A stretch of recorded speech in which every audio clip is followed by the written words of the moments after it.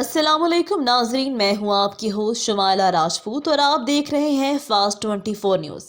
खबर शामिल करते हैं हमारे रिपोर्टर पंजाब पीर मोहम्मद फुकराज अब्बासी की रिपोर्ट के मुताबिक बताया जाता है कि गैर इखलाकी और बुज़दिलाना कार्रवाइयाँ कौम के अज़म को मुतज़लज़ल नहीं कर सकती। Army chief general Asim Munir का कहना कि गैर इखलाकी बुज़दिलाना कार्रवाइयाँ कौम के अज़म को मुतज़लज़ल नहीं कर सकती। पाक फौज के शोबा ताल्लुकात आमा SPR के मुताबिक army chief general Asim Munir की ज़ेर सदारत कोर कमांडर कॉन्फ्रेंस हुई, जिसमें शुरकाओं को मौजूदा उभरते हुए खतरात भी तफसीली ब्रीफिंग दी गई। ISPR के मुताबिक कोर कमांडर ने पेशावर पुलिस लाइन्स की शोहदा को खराज अकीदत पेश किया। उनका कहना था पुलिस लाइन्स धमाके के जिम्मेदारों को कैफर किरदार तक पहुंचाएगा।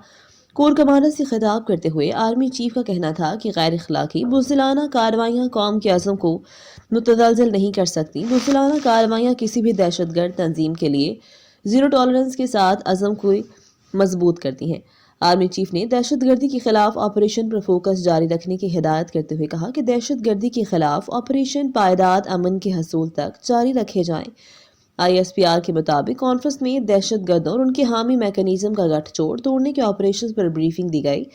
कॉन्फ्रेंस में मकबूजा कश्मीर की सूरत हाल पर भी ब्रीफिंग दी गई। ISPR का कहना कि फोरम ने मकबूजा कश्मीर की डेमोग्राफी तब्दील करने के लिए भारतीय अजान का नोटिस लिया।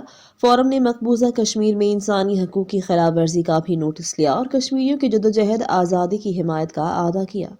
ये थी हमारी आज की खबर। मजीद ऐसी खबरें देखने के लिए देखते रहें हमारा चैनल फास्ट 24 न्यूज़।